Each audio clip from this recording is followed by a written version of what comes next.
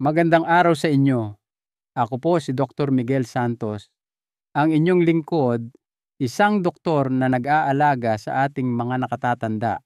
Isipin ninyo na gumigising kayo bawat araw na may sapat na lakas para maglakad, sumayaw at maghardin, mga gawaing nagpapasaya at nagbibigay kulay sa inyong buhay. Ang matibay na mga binti, ang inyong pundasyon, ang mga tahimik na bayani na sumusuporta sa inyong kalayaan. Pero paano kung sabihin ko sa inyo na ang mga karaniwang pagkain sa inyong hapagkainan ay maaaring lihim na unti-unting umuubos ng lakas ng inyong mga binti o ilang araw-araw na pagkain ang maaaring salarin sa panghihina ng mga kalamnan at pagbawas ng inyong kakayahang kumilos. Habang tinatalakay natin ito, inaanyayahan ko kayong isipin ang mga pagkaing madalas na bahagi ng inyong dieta. Hindi ito mga kakaibang pagkain. Sa halip, mga pangunahing pagkain ito na maaaring tahimik na nagnanakaw ng inyong sigla at lakas. Mahalagang matukoy ang mga pagkaing ito at maunawaan ang kanilang pangmatagalang epekto sa lakas ng ating mga binti. Ngunit hindi lahat ay tungkol sa pag-iwas. Ito ay tungkol sa paggawa ng mas matalinong mga pagpili na maaaring magpalakas sa inyo at suportahan ang isang masigla at aktibong pamumuhay. Sa pamamagitan ng pag-unawa kung aling mga pagkain ang dapat limitahan, makakagawa tayo ng mga desisyong makakatulong na mapanatili ang ating kalayaan at kakayahang kumilos. Tandaan ang kapangyarihang pagbutihin ang ating paggalaw at panatilihin ang ating kasarinlan habang tayo ay tumatanda ay nasa ating mga kamay at nagsisimula ito sa mga desisyon na ating ginagawa sa hapagkainan. Una, pag-usapan natin ang mga pagkaing mataas sa purin. Sa paglalakbay natin sa malawak na mundo ng nutrisyon, madalas tayong makatagpo ng iba't ibang sangkap na maaaring lubos na makaapekto sa ating kalusugan, minsan sa mga paraang hindi natin agad napapansin. Ang mga purine ay matatagpuan sa maraming pagkain na kilala sa kanilang masasarap na lasa at madalas na pangunahing pagkain sa ating mga mesa. Isipin ang isang masarap na hapunan ng pagkaing dagat tulad ng hipon or scallops, o marahil isang masaganang pagkain na may kasamang atay o bato. Ang mga pagkaing ito ay hindi lamang kasiyasiya kundi malalim din ang pagkakaugat sa maraming tradisyon sa pagluluto. Gayunpaman, mayroon silang isang panig na nangangailangan ng kaunting pansin, lalo na kung kayo ay nakikipaglaban sa pananakit ng kasukasuan o paninigas ng inyong mga binti. Kapag kumakain tayo ng mga pagkaing mataas sa purin, pinoproseso ng ating katawan ang mga compound na ito para maging uric acid. Ito ay isang normal na bahagi ng metabolismo, ngunit ang problema ay dumarating kapag ang uric acid ay naiipon sa dugo. Ang mataas na antas ng uric acid ay maaaring humantong sa isang kondisyon na kilala bilang hyperuricemia na maaaring maging sanhi ng pagbuo ng mga urate crystals sa paligid ng mga kasukasuan na madalas na nagdudulot ng pananakit at discomfort. Para sa sinumang nakaranas ng gout, ang prosesong ito ay maaaring pamilyar. Ito ang parehong mekanismo na nagdudulot ng matindi at madalas na malubhang pananakit ng kasukasuan na katangian ng kondisyong iyon. Ngunit bakit partikular na nakatuon sa mga binti? Dahil ang ating mga binti ay pundasyon ng ating kalayaan at paggalaw. Kapag ang mga kasukasuan tulad ng tuhod o bukong-bukong ay apektado ng paninigas at pananakit, maaari nitong lubos na maapektuhan ang ating kakayahang gawin ang pang-araw-araw na gawain. Ito ang dahilan kung bakit napakahalaga ng pag-unawa sa Purin. Ngayon, marahil ay nag-iisip kayo paano natin mapapamahalaan ang ating pagkonsumo ng Purin. Una, ito ay tungkol sa paggawa ng maingat na mga pagpili. Bagamat hindi kinakailangan o inire-rekomenda na tuluyang alisin ang lahat ng pagkaing mayaman sa purin, ang pag-alam kung paano ito babalansehin sa ibang mga pagkaing mas mababa sa purin ay maaaring gumawa ng malaking pagkakaiba sa pamamahala ng mga antas ng uric acid. Halimbawa, ang pagpapalit ng ilan sa mga pagkaing mataas sa purin ng mga pagkain tulad ng itlog, mani at masaganang sari-saring prutas at gulay ay maaaring maging isang kasiyasyang paraan upang mapanatili ang isang balanseng dieta ng hindi labis na naglo-load ng purin. Ang mga alternatibong ito ay hindi lamang nagbibigay ng maraming mahahalagang sustansya kundi mayaman din sa mga lasa na maaaring gawing kapana-panabik at iba-iba ang inyong mga pagkain. Ang pagdaragdag ng mas maraming itlog sa inyong dieta ay nagbibigay ng dekalidad na protina habang ang mga mani ay nag-aalok ng kasiyasyang lutong kasama ng malusog na taba at fiber. Ang mga prutas at gulay ay bida pagdating sa nutrisyon na nag-aalok ng lahat mula sa mga antioxidant hanggang sa mga bitamina na lahat ay sumusuporta sa pangkalahatang kalusugan, kabilang na ang inyong mga kasukasuan. Isipin na sinisimulan ang inyong araw sa isang malambot at makremang omelette na puno ng inyong paboritong gulay o kumukuha ng isang dakok ng mani para sa merienda sa hapon. Ang mga pagpipiliang ito ay hindi lamang nakakatulong sa pamamahala ng inyong purin intake, kundi nag-aambag din sa isang malusog na pamumuhay na sumusuporta sa inyong mga kasukasuan. Pangalawa, sobra-sobrang pulang karne. Ang pulang karne, isang klasikong tampok sa maraming hapagkainan, ay madalas na nagpapahiwatig ng masarap na steak, makatas na burger, at mga Sunday roast na nagtitipon sa mga pamilya.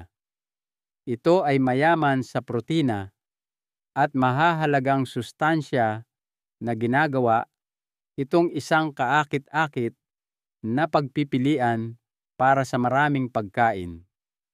Gayunpaman, mayroong isang balanse na kailangang makamit dahil ang madalas na pagkain ng pulang karne ay maaaring humantong sa hindi kanais-nais na mga epekto sa ating kalusugan, lalo na pagdating sa ating mga kasukasuan at kalamnan.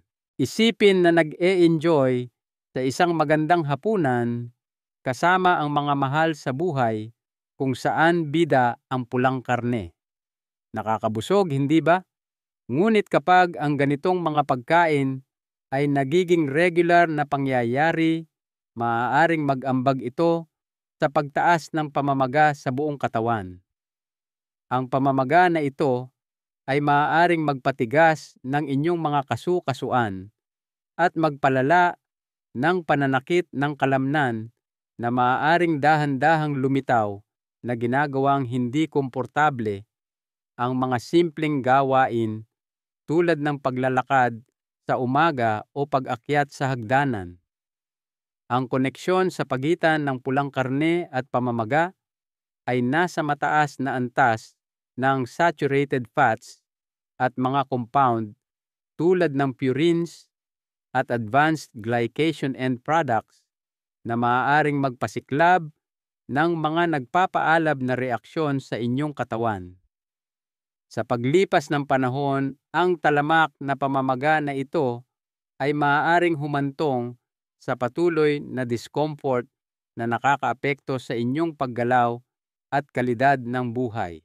Gayunpaman, huwag tayong tumutok sa mga negatibo nang hindi naghahanap ng landas tungo sa mas mahusay na mga pagpipilian. Ang paglipat sa mga mas payat na protina ay maaaring magdala ng kasiyasiyang pagkakaiba-iba sa inyong mga pagkain habang inaalagaan ang kalusugan ng inyong kalamnan at kasukasuan. Isaalang-alang ang banayad na lasa ng manok at pabo na maaaring maging kasing kasiyasiya kapag niluto na may kaunting herbs at isang kurot ng pagkamalikhain. Ang mga karning ito ay mas mababa sa saturated fat at maaaring maging isang mas malusog na sentro ng inyong hapunan nang hindi isinasakripisyo ang kagalakan ng isang masaganang pagkain. At huwag nating kalimutan ang kapangyarihan ng mga protina na mula sa halaman tulad ng beans at munggo. Ang mga kahanga-hangang alternatibong ito ay hindi lamang puno ng protina kundi pati na rin ng fiber, antioxidant at mineral. Ang pagsasama ng beans, lentils, chickpeas at iba pang munggo sa inyong dieta ay maaaring magdagdag ng mga bagong texture at lasa sa inyong mga pagkain. Isipin ang isang masarap at maanghang na chili na gawa sa pinaghalong beans o isang nakakapreskong lentil salad na may sariwang herbs. Ang mga pagkain ito ay masustansya kasiyasya at nagbibigay ng mga protina na kailangan ng inyong katawan nang walang dagdag na pasanin ng labis na pulang karne. Pangatlo, mga pagkaing maaalat. Ang asin, ang sangkap na tila sumisingit sa halos bawat ulam ay maaaring higit pa sa pampalasa.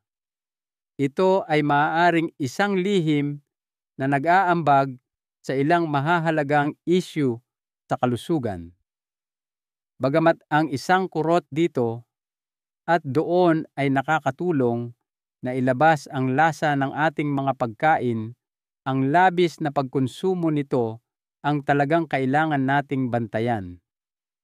Ang sobrang asin sa ating dieta ay maaaring humantong sa water retention o pagmamanas, pamamaga ng mga binti at maging sa alta presyon na lahat ay maaaring magpabigat sa lakas ng ating mga binti at pangkalahatang kakayahang kumilos. Isipin natin ang isang karaniwang araw, marahil ay nagsimula kayo sa isang biniling breakfast sandwich sa tindahan, kumain ng fast food para sa tanghalian at tinapos ang araw sa isang ready-to-eat na pagkain mula sa supermarket. Maaaring hindi ito mukhang marami, ngunit ang kabuuang dami ng asin sa mga pagkaing ito ay maaaring mas mataas kaysa sa talagang kailangan ng ating katawan. Ito ay maaaring maging partikular na problema para sa atin na nagpapahalaga sa isang aktibong pamumuhay dahil ang mga epekto ng mataas na sodium intake ay maaaring literal na magpabagal sa atin. Kapag ang ating katawan ay nag-iipon ng labis na tubig dahil sa mataas na pagkonsumo ng asin, hindi lang ito tungkol sa pakiramdam na bloated o manas. Ang pag-iipon ng tubig na ito ay maaaring magpataas ng presyon sa ating mga daluyan ng dugo na nagpapahirap sa ating puso na mag-pump ng dugo ng mahusay. Ito ay maaaring humantong sa pamamaga, lalo na sa mga binti na ginagawang hindi komportable at kung minsan ay masakit ang paglalakad o kahit na ang pagtayo ng matagal.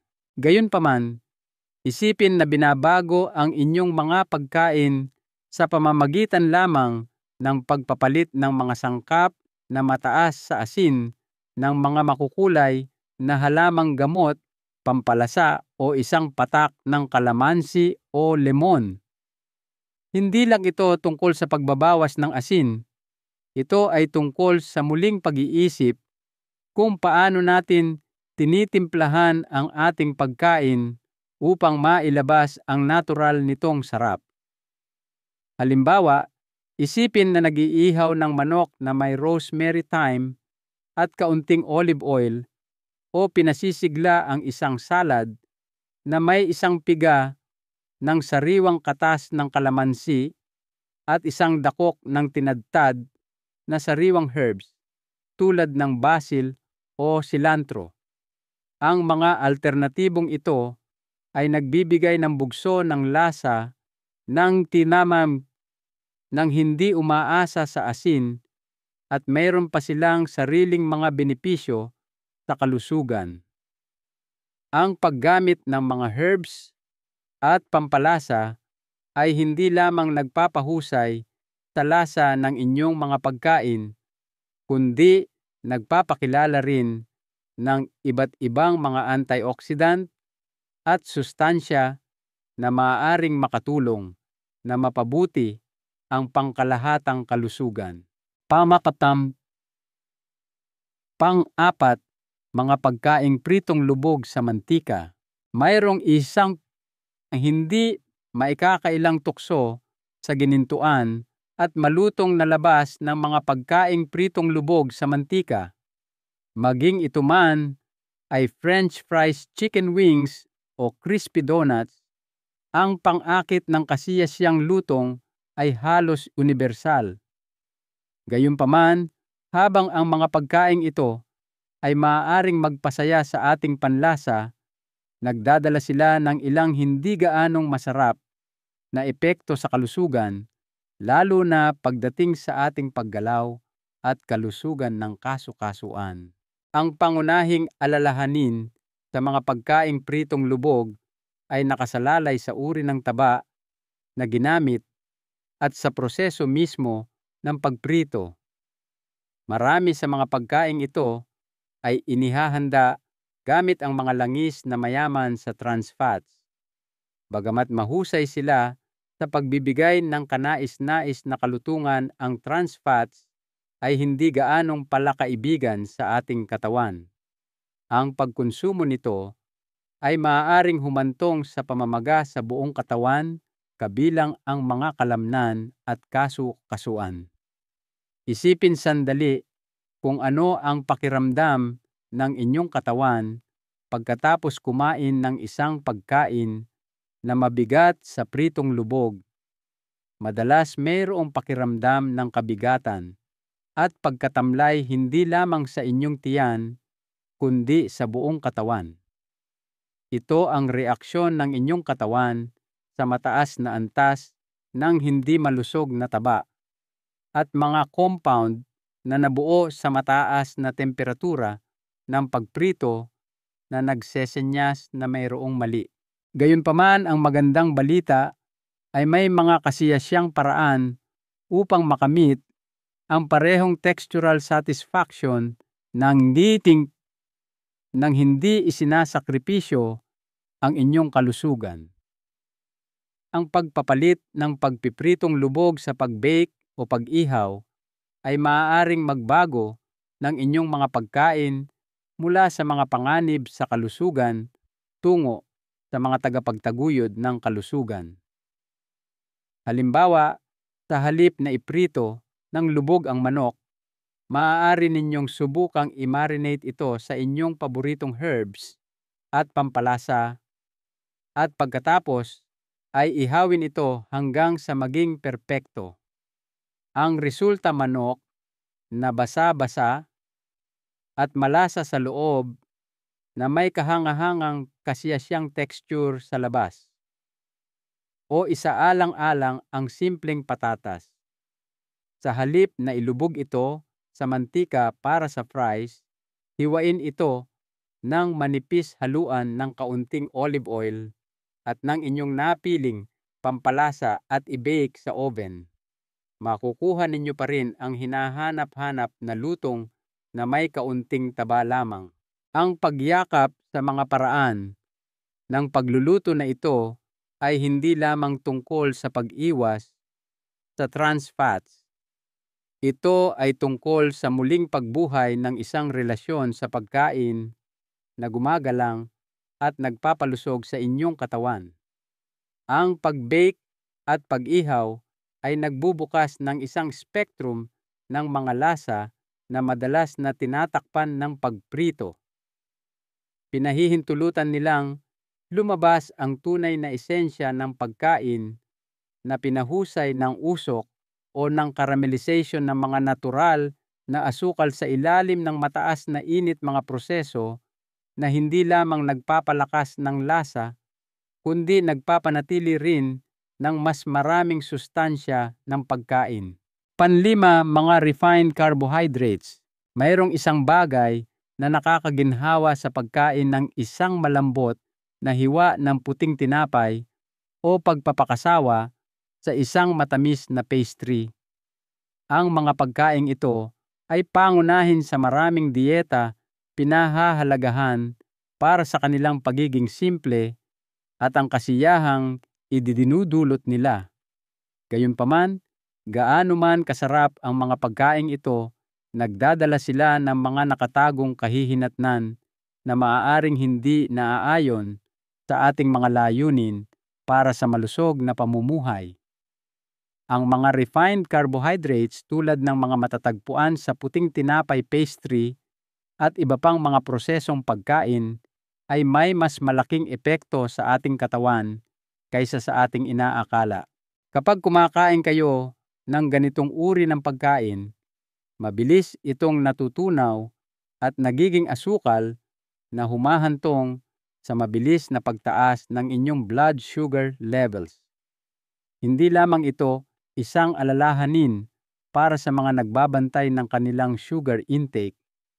Ang mga pagtaas na ito ay maaaring makaapekto sa lahat sa pamamagitan ng pagdudulot ng isang cycle ng pagtaas at pagbaba na maaaring makaimpluwensya sa inyong pangkalahatang enerhiya at mood sa buong araw. Bukod dito, kapag tumataas ang inyong blood sugar, ang inyong katawan ay tumutugon sa pamamagitan ng pagtaas ng pamamaga. Hindi ito ang uri ng pamamaga na nakikita ninyo tulad ng pamamaga mula sa isang pinsala, kundi isang banayad na panloob na proseso na maaaring magpahina sa mga tissue sa inyong mga kalamnan at kasukasuan sa paglipas ng panahon. Sa halip na kunin ang puting tinapay o isa pang pastry, isaalang-alang ang pagpili ng mga whole grains tulad ng oats, quinoa, brown rice o whole wheat options. Ang mga alternatibong ito ay gumagawa ng mga kababalaghan para sa inyong katawan higit pa sa kanilang sustansya. Ang mga whole grains ay mas mabagal matunaw na nagbibigay ng mas matatag na mapagkukunan ng enerhiya at pinapanatili ang inyong blood sugar levels na mas balanse sa buong araw. Isipin na sinisimulan ang inyong araw sa isang mainit na mangkok ng oatmeal na may budbod ng cinnamon at marahil ilang sariwang berries o hiwa ng saging. O isaalang-alang ang kasiyasyang kagat ng isang whole grain sandwich na puno ng inyong paboritong mga gulay at protina para sa tanghalian.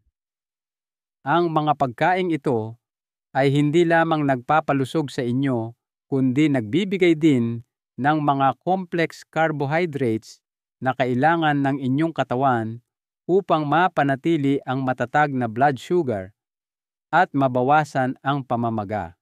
Ang paglipat sa whole grains ay hindi nangangahulugan ng pagsasakripisyo ng lasa o kasiyahan.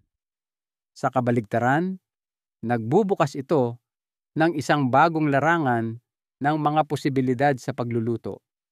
Ang mga whole grains ay nagtataglay ng matatag na lasa at texture na wala sa mga refined grains. Ang quinoa halimbawa ay may bahagyang nati na lasa na bumabagay sa parehong matamis at maalat na mga ulam na ginagawa itong isang maraming nalalaman na basehan para sa mga pagkain. Ang oats ay maaaring i-enjoy higit pa sa almusal isinasama sa pag-bake para sa isang masustansyang tulong. Pang-anim, mga prosesong asukal. Hindi maikakaila ang pang-akit ng matatamis. Ang lasa ng isang masarap at mayamang chocolate cake o isang malambot at matamis na donut ay maaaring magdala ng isang sandali ng kagalakan at kasiyahan. Gayunpaman, habang ninanamnam natin ang mga ito, mahalagang isaalang-alang ang mas malawak na epekto na maaaring idulot ng mga prosesong asukal sa ating kalusugan, lalo na kung paano ito nakakaapekto sa metabolismo ng ating katawan at sa kalusugan ng ating mga kalamnan. Ang mga prosesong asukal na sagana sa mga candy baked goods at maraming matatamis na inumin ay may paraan ng pagsingit sa ating dieta ng mas madalas kaysa sa ating inaakala. Ang agarang kasiyahan na ibinibigay nila ay may kapalit gayunpaman matalim na pagtaas ng ating mga antas ng insulin. Ang insulin ay isang hormone na gumaganap ng isang kritikal na papel sa kung paano ginagamit at iniimbak ng ating katawan ang enerhiya. Kapag kumakain tayo ng mga pagkaing mataas sa prosesong asukal ang ating katawan, ay nagmamadali na pamahalaan ang biglaang pagdagsa ng asukal sa ating daluyan ng dugo sa pamamagitan ng paglalabas ng malalaking halaga ng insulin. Ito ay maaaring humantong sa isang mabilis na pagtaas ng mga antas ng insulin na sinusundan ng isang matarik na pagbaba na maaaring makilala ninyo bilang sugar crash na nagiiwan sa inyo na pagod at matamlay pagkatapos mawala ang epekto ng sugar high. Ngunit ang epekto ay higit pa sa pakiramdam ng pagod. Ay ang mga insulin spike na ito ay maaaring mag-ambag sa mas pangmatagalang mga issue sa kalusugan kabilang ang pagtaas ng timbang. Ang labis na timbang, lalo na sa paligid ng baywang, ay naglalagay ng karagdagang diin sa inyong mga binti at kaso-kasuan na ginagawang mas mahirap at hindi gaanong kasiyasya ang mga aktibidad tulad ng paglalakad o pag-akyat sa hagdanan. Ang dagdag na timbang ay maaari ring mag-ambag sa isang pangkalahatang pagbaba sa kalusugan ng kalamnan na nakakaapekto sa inyong paggalaw at kalayaan habang kayo ay tumatanda. Gayunpaman, ang buhay ay nilalayong maging matamis, hindi ba? Kaya sa halip na alisin ang lahat ng matatamis, ito ay tungkol sa paghahanap ng mas malusog na paraan upang matugunan ang mga pagnanasang iyon. Isang kasiyasiyang paraan upang gawin ito ay ang paglipat sa mga natural na asukal na matatagpuan sa mga prutas. Isipin na kumakagat sa isang malutong na mansanas o nag-e-enjoy sa isang mangkok ng sariwang berries. Hindi lamang nito natutugunan ang inyong pananabik sa matamis, kundi nagbibigay din ng mga fiber, bitamina at antioxidant na lahat ay mahusay para sa inyong kalusugan. Ang isa pang pagpipilian ay ang paggamit ng mga natural na pampatamis tulad ng pulot-pukyutan honey o maple syrup. Ang mga pampatamis na ito ay mas malakas kaysa sa prosesong asukal, kaya maaari ninyo itong gamitin ng matipid upang makamit ang parehong antas ng tamis habang kumukonsumo ng mas kaunting asukal sa pangkalahatan. Halimbawa, ang pagpapatak ng kaunting pulot sa Greek yogurt o pagdaragdag ng isang patak ng maple syrup sa inyong oatmeal ay maaaring magpahusay sa lasa nang hindi labis na pinapabigatan ang inyong katawan ng asukal. Pampito, mga prosesong karne. Sa ating paghahanap ng maginhawa at mabilis na mga pagpipilian sa pagkain, ang mga prosesong karne ay madalas na napupunta sa ating mga shopping cart. Handa na silang kainin, madaling lutuin, at hindi maikakailang malasa. Ngunit napahinto na ba kayo upang isaalang-alang kung ano ang napupunta sa paggawa ng mga karneng ito na napakaginhawa? Ang mga prosesong karne tulad ng hotdog, longganisa, tocino at deli slices ay hindi lamang mga karne. Madalas silang puno ng mga preservative at mataas na antas ng sodium na maaaring mas makasama kaysa makabuti sa ating katawan. Suriin natin ito ng kaunti.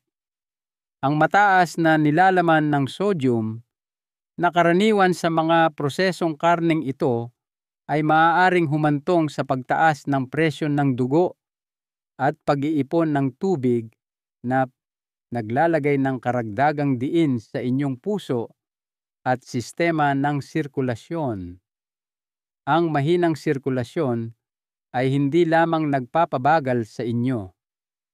Maaari itong makaapekto sa lahat mula sa inyong mga antas ng enerhiya hanggang sa lakas ng inyong mga kalamnan na posibleng humantong sa pagbaba ng pangkalahatang paggalaw. At hindi ito nagtatapos doon. Ang mga preservative na ginagamit sa mga karneng ito tulad ng nitrates ay maaaring masira at maging mga compound na maaaring mag-ambag sa mga malubhang issue sa kalusugan. Gayunpaman, ang kagandahan ng ating mga pagpipilian sa pagkain ay palagi tayong may mga alternatibo. Sa halip na piliin ang pakete ng hamon o salami, bakit hindi pumili ng mga sariwa at hindi prosesong hiwa ng karne? Kapag bumibili kayo ng sariwang karne, hindi lamang kayo bumibili ng isang piraso ng protina. Namumuhunan kayo sa inyong kalusugan. Ang mga sariwang karne ay libre sa mga preservative at labis na sodium na matatagpuan sa kanilang mga prosesong katapat. Ang pagluluto gamit ang mga sariwang hiwa ay nagbibigay din sa inyo ng kalayaan na timplahan at ihanda ang mga ito sa paraang angkop sa inyong panlasa at mga pangangailangan sa kalusugan. Bukod dito, mayroong isang makulay at kapanapanabik na mundo ng mga protina mula sa gulay na dapat tuklasin. Ang tempeh at tokwa tofu halimbawa ay mga kamangha-manghang alternatibo na hindi lamang nagdaragdag ng pagkakaiba-iba sa inyong dieta, kundi nagbibigay din ng maraming benepisyo sa kalusugan. Ang tempeh na gawa sa fermented soybeans ay mayaman sa protina at may kasiyasiyang nati na lasa na ginagawa itong isang mahusay na karagdagan sa mga stir-fry at salad.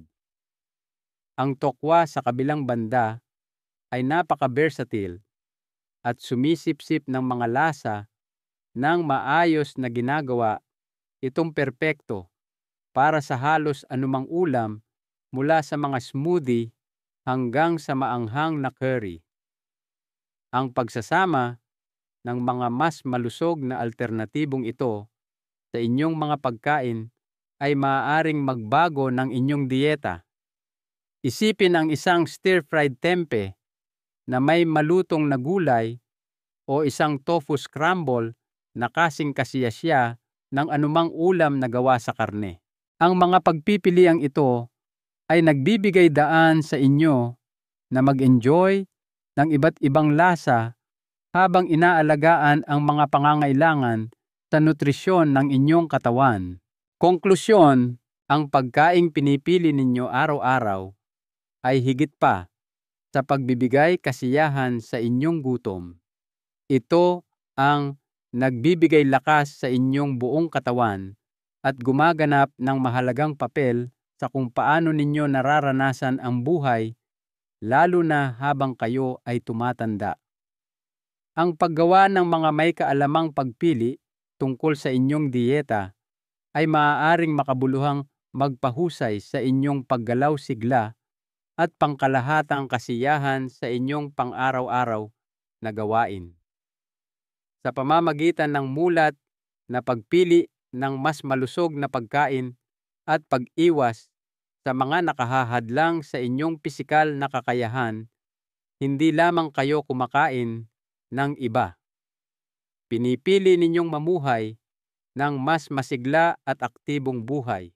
Isipin kung gaano kalakas ang pakiramdam na gugulin ang isang araw sa paggawa ng lahat ng bagay na gusto ninyo maging ito man ay paghahalaman, pakikipaglaro sa inyong mga apo o paglalakad ng mahaba sa parke, lahat ng hindi nakakaramdam ng kabigatan o hadlang dahil sa pisikal na discomfort. Hindi ito isang panaginip lamang. Ito ay isang makatotohanang layunin na maaaring makamit sa pamamagitan ng ilang maalalahaning pagbabago sa inyong dieta. Ngayon, kung nag-iisip kayo kung saan magsisimula, isipin ang pagsasama ng mga sariwang prutas, gulay, whole grains at lean proteins sa inyong mga pagkain. Mag-eksperimento sa mga herbs at pampalasa sa halip na asin upang mapahusay ang lasa at yakapin ang mga natural na pampatamis ng may moderasyon. Bawat pagkain ay isang pagkakataon upang suportahan ang inyong kalusugan. At kahit na ang maliliit na pagbabago ay maaaring magkaroon ng malaking epekto sa paglipas ng panahon. Isang mahalagang aral, ang ating kalusugan, lalo na ang lakas ng ating mga binti na nagdadala sa atin sa buhay, ay parang isang halaman. Kung ano ang idinidilig at ipinapakain natin dito araw-araw ay siyang magpapatibay at magpapayabong dito. Piliin nating diligan ito ng masustansyang pagkain at hindi ng lason. Handa na bang baguhin ang inyong dieta at palakasin ang inyong mga binti? Magsimula ngayon sa pamamagitan ng muling pagbisita sa inyong listahan ng bibilhin o pagpaplano ng isang pagkain na kasama ang ilan sa mga mas malusog na pagpipiliang ito. At habang sinisimulan ninyo ang paglalakbay na ito, hinihikayat ko kayong subaybayan kung ano ang nararamdaman ninyo sa mga pagbabagong ito at ibahagi ang inyong mga karanasan. Mag-subscribe sa aming channel para sa mas maraming kapaki-pakinabang na mga tip sa kalusugan at huwag mag-atubiling magkomento sa ibaba ng inyong progreso o anumang saloobin na maaaring mayroon kayo. Gusto naming marinig kung paano nakakagawa ng pagkakaiba ang mga pagsasaayos na ito sa inyong buhay, at ang inyong kwento ay maaaring magbigay inspirasyon sa iba na gumawa rin ng mga hakbang tungo sa isang malusog na pamumuhay. Ibahagi ninyo rin sana ito sa inyong mga kaibigan at kapamilya.